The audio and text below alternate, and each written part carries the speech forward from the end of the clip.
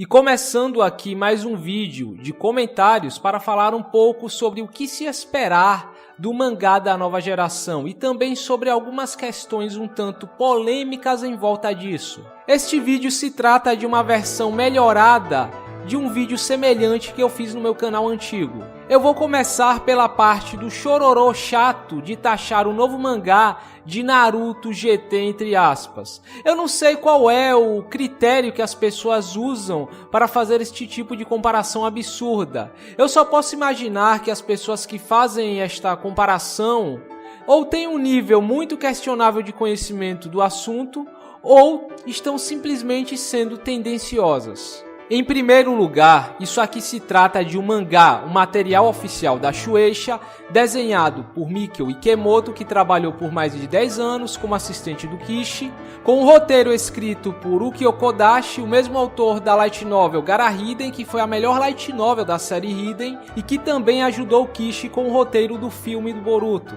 E por fim, a supervisão do próprio Masashi Kishimoto, o autor da obra original.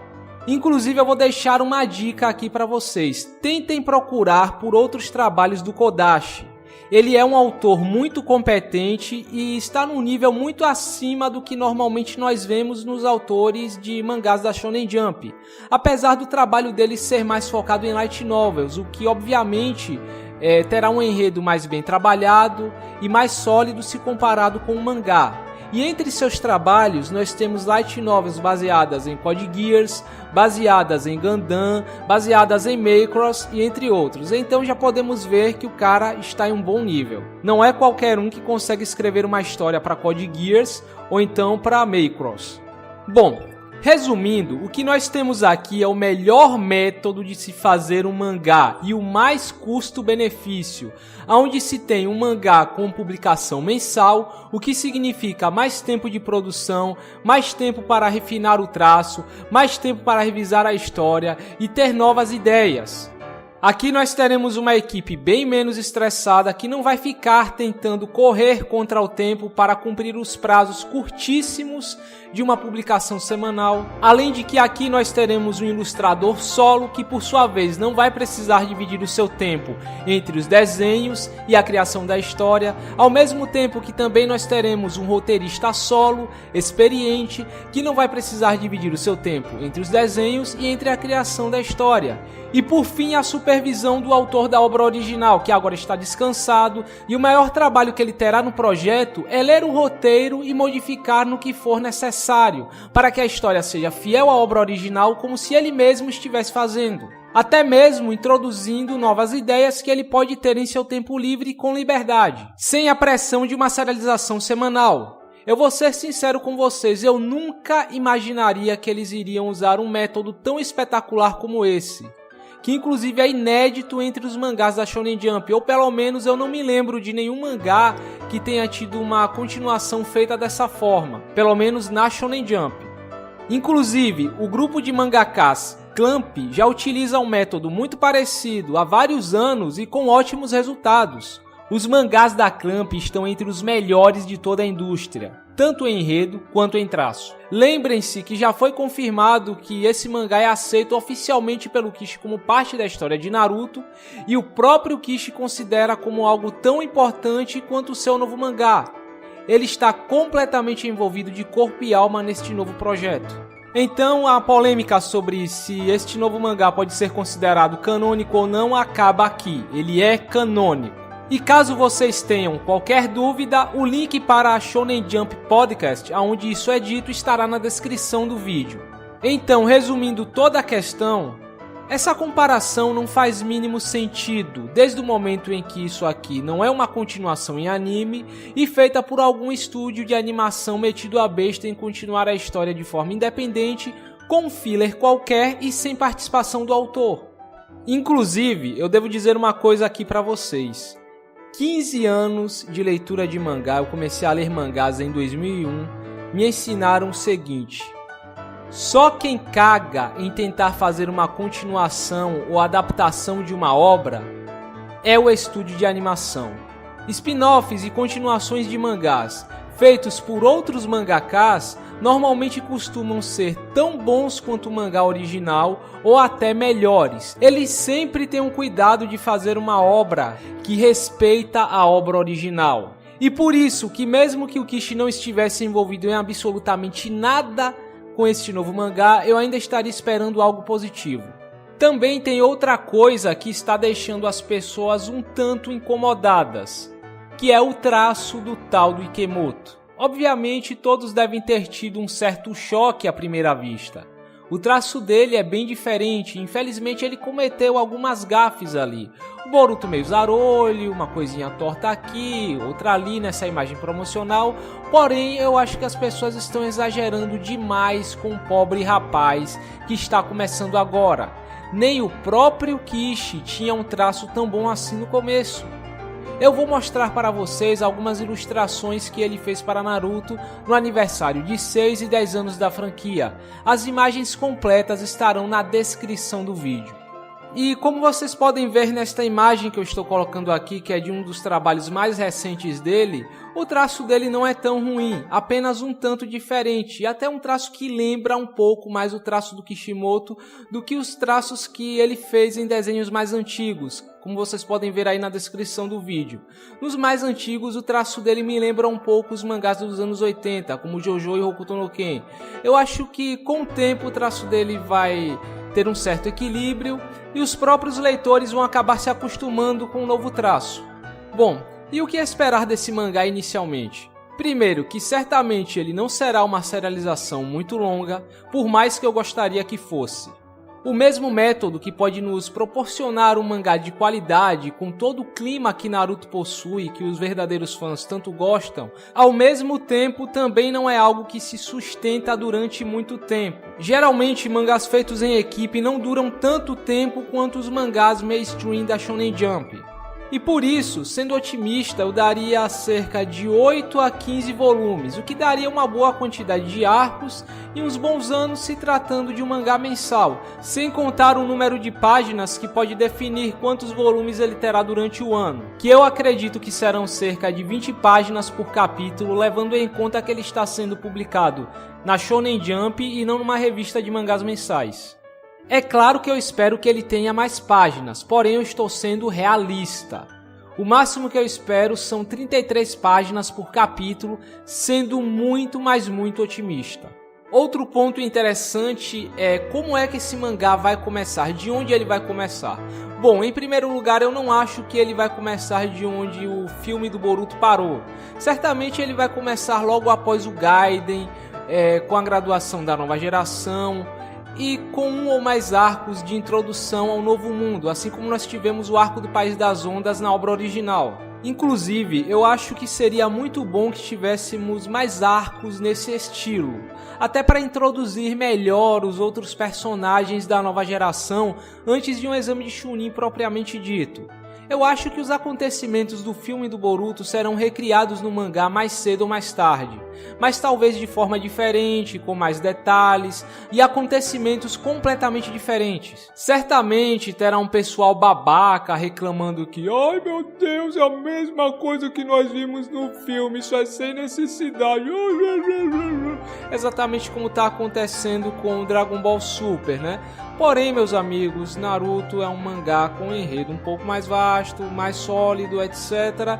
E além disso, o filme do Boruto é praticamente um arco em forma de filme. Imaginem vermos o Momoshiki indo atrás de cada biju, o passado de cada personagem que participa do exame de Chunin, além do próprio exame de Chunin sendo mais expandido, com todas as lutas sendo mostradas na íntegra e entre outras coisas. Inclusive na imagem promocional nós podemos ver alguns personagens exclusivos do filme, como Shinki, Yodo e Araya. Talvez isso signifique que nós teremos uma interação com o time de Suna nos primeiros arcos. Um detalhe curioso é que na imagem promocional nós temos um personagem misterioso e inédito até o momento, se bem que ele também pode ser o Yurui com um novo design, com uma roupa diferente, com um chapéu extravagante, mas vai saber. Ele meio que tem cara de ser uma espécie de rival, caso ele seja um novo personagem. Outra coisa interessante é que esse novo mangá será publicado junto com um one shot, um capítulo único, com o Mitsuki como protagonista. O Mitsuki sempre foi um grande mistério para mim, é um personagem que sempre me chamou muito a atenção. Eu tenho muita curiosidade para saber como é que ele foi criado, ou então os motivos dele estar em Konoha. Ele é um mistério completo, talvez isso indique que o Orochimaru tem algum foco ou papel relevante em algum momento desse mangá. Eu particularmente sempre achei que ele seria o vilão final de Naruto, depois de conseguir o conhecimento que ele tanto buscava, a verdade por trás do ninjutsu. Talvez ele realmente se torne um inimigo final nesse mangá, pelo menos assim eu espero. Talvez depois de algum arco envolvendo uma batalha contra remanescentes do clã Otsutsuki de outra dimensão, e a partir disso ele consegue alguma coisa que o beneficie. Inclusive, falando nos Otsutsukis, eu acho que eles serão os principais antagonistas do novo mangá.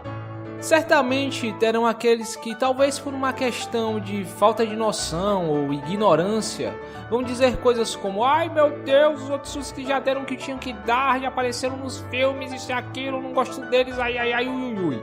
Se tem uma coisa que esse mangá deixou claro desde que terminou, é que o que nós estamos vendo aqui sobre os Otsutsukis é apenas o começo de algo muito maior. Mas eu só vou dizer uma coisa, o Databook 4 é categórico sobre o fato dos Otsutsukis terem vindo ao mundo de Naruto atrás do fruto do Shinju, e ao que parece eles tinham conhecimento do poder por trás do Shinju. Eles vieram ao mundo de Naruto com algum objetivo que ainda não foi revelado. Parar as guerras foi apenas um bônus aí. Sem falar que o Databook 4 descreve que o Shinju cresce com o sangue derramado das guerras e conflitos. Isso pode indicar que os Otsutsukis estão de alguma forma diretamente relacionados à origem do Shinju no mundo de Naruto e em outros mundos. Talvez eles plantem os Shinjus em outros mundos e depois de um tempo eles vão lá e colhem o fruto do Shinju. Inclusive, uma teoria muito difundida é que a Kaguya seria mais ou menos como uma espécie de servente de um ser muito maior. Esse ser estaria plantando os Shinjus em vários mundos e depois de um tempo colhendo os frutos para absorver o seu poder. Só que a Kaguya acabou traindo ele e pegando o fruto do Shinju para si. Essa é uma teoria muito difundida, cara, inclusive levando em conta de que talvez os Otsutsukis sejam meramente escravos deste ser muito maior, o que justificaria a Kaguya tentar pegar o fruto para si, para tentar parar as guerras do mundo de Naruto e logo em seguida voltar para o mundo original e tentar confrontar esse ser. Faria muito sentido. Será que no mundo de origem dos Otsutsukis existia um Shinju que foi consumido por alguém e esse alguém teria se tornado esta tal ameaça, por assim dizer? Porque eu não acredito que o Momoshiki que nós vimos no filme seja a verdadeira ameaça. Eu já tenho uma ótima teoria e muito bem elaborada falando desse assunto, e se vocês quiserem ver, o link estará na descrição do vídeo. Bom, eu até entendo que muitos de vocês talvez não tenham gostado muito da Kaguya. Eu mesmo não tenho problemas com a personagem hoje em dia. Eu sei que ela segue um estereótipo de ser transcendental, desprovido de sentimentos, e considero até burrice alguém reclamar dela querendo colocá-la no mesmo nível de um personagem mais tridimensional como Madara, quando a personagem não possui esse foco e proposta. A Kaguya não é uma personagem que está ali para ser expressiva, carismática, que você consiga se importar de alguma forma. Não, ela é um ser, uma entidade, um monstro, uma coisa desprovida de sentimentos e razão. Tentem imaginar uma história onde nós temos um rei maligno que nós enfrentamos durante toda a história e quando chega no final ele invoca um dragão, ou um ser transcendental, um deus antigo, um demônio ou algo assim. Independente de ser algo por acidente ou fazendo parte dos planos dele. A Kaguya é basicamente isso, o resultado das ações do vilão, aquele plot twist no final da história que ninguém quase espera. E várias histórias usam coisas desse tipo. Você tem o Lord Chabranigrudo em Slayers, me desculpem se eu não estou pronunciando muito bem o nome dele, é que eu realmente não lembro da pronúncia, é algo como Chabranigrudo ou Lord Olhos de Rubi, algo assim, que ele aparece depois de dominar o sacerdote Rezo, que estava conduzindo vários experimentos para tentar enxergar como uma pessoa normal, porque ele tinha nascido cego e tudo mais. Eu não vou ficar aqui contando a história para vocês, né?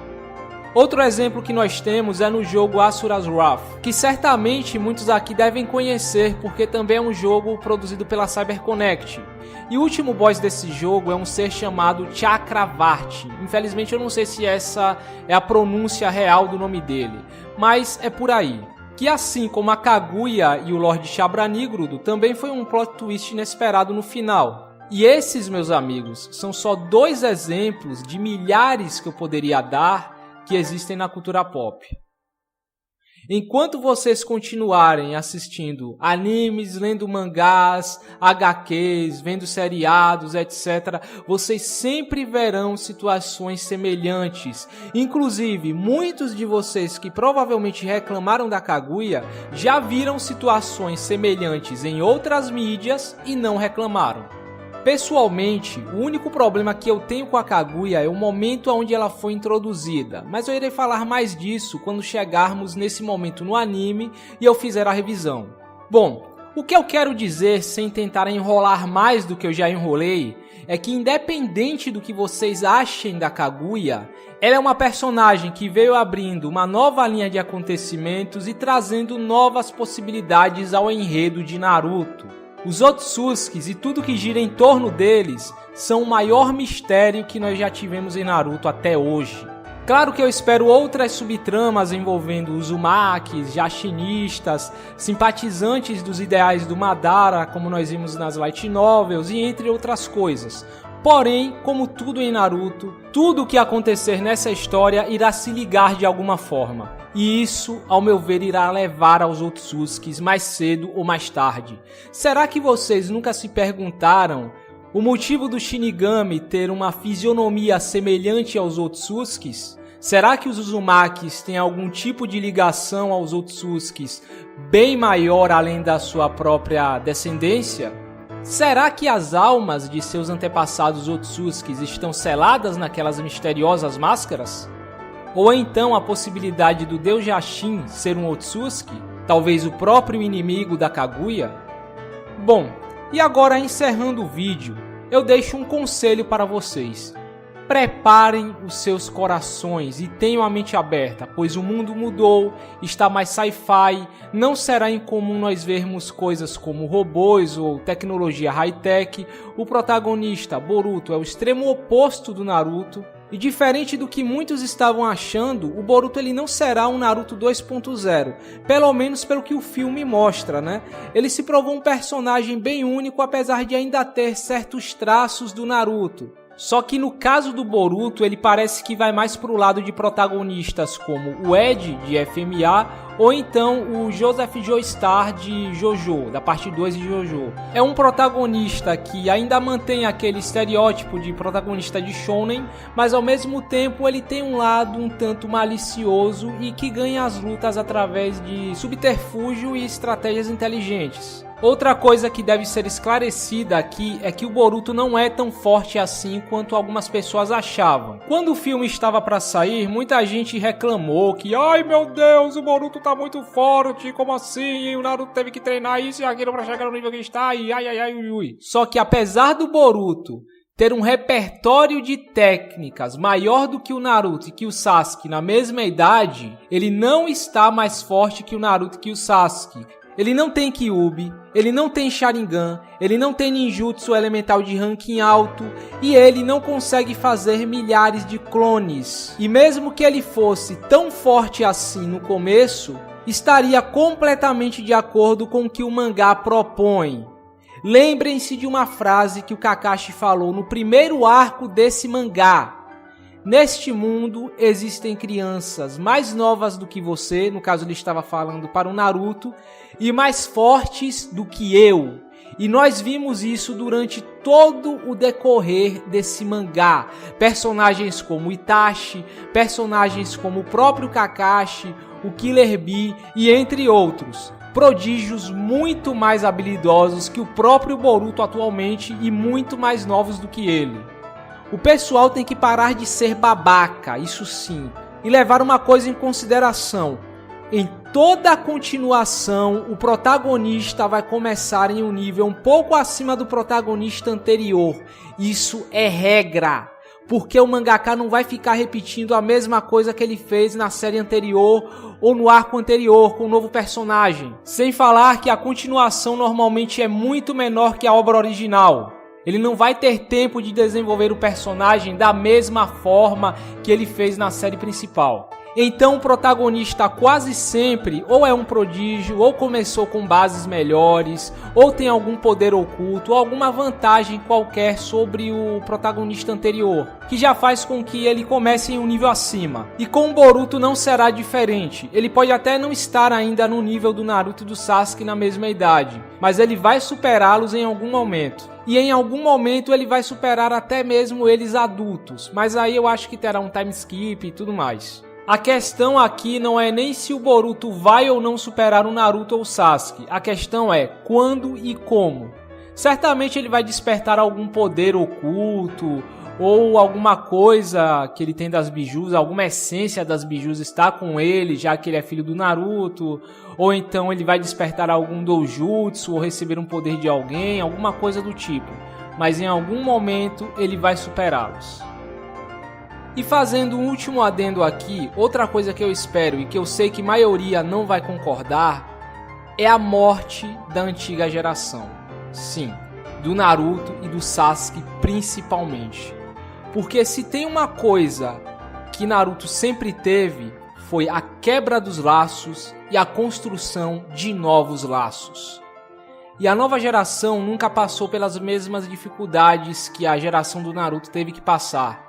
Boruto, Sarada, Shikadai, Shoushou, Inojin, etc. Eles precisam de um momento dramático, eles precisam de perdas para que possam crescer. Talvez não seja a perda dos pais, talvez de um mestre, talvez de um parente próximo, mas eles terão que ter perdas. E para mim, no momento em que nós vamos ter uma continuação de Naruto, significa com 99% de certeza a morte da antiga geração. Talvez não seja no primeiro arco, talvez não seja no segundo arco, mas em algum momento isto vai acontecer. Não é preciso ter bola de cristal para saber que a Sarada vai despertar uma Genkyo Sharingan em algum momento. E alguém próximo dela terá que morrer, talvez a Sakura. Não precisa ter bola de cristal para saber que o Sasuke em algum momento terá que usar o Rinne Tensei, mesmo que seja só no final do mangá. Não precisa ter bola de cristal para saber que o Boruto terá que provar um pouco do gosto que foi ter a solidão em cima de suas costas, assim como seu pai. O sentimento de vingança, o sentimento de perda, o sentimento de solidão. Apesar de que no filme do Boruto ele já teve um gostinho disso. Enfim, meus amigos, resumindo, essa história terá suas semelhanças e suas diferenças com a obra original, tanto no enredo quanto na ambientação e personagens. Eu espero que vocês estejam preparados e sem choro de leitor cretino que fica preso a personagens, momentos e temas. E assim eu fico por aqui. Eu espero que vocês estejam preparados e sejam leitores maduros.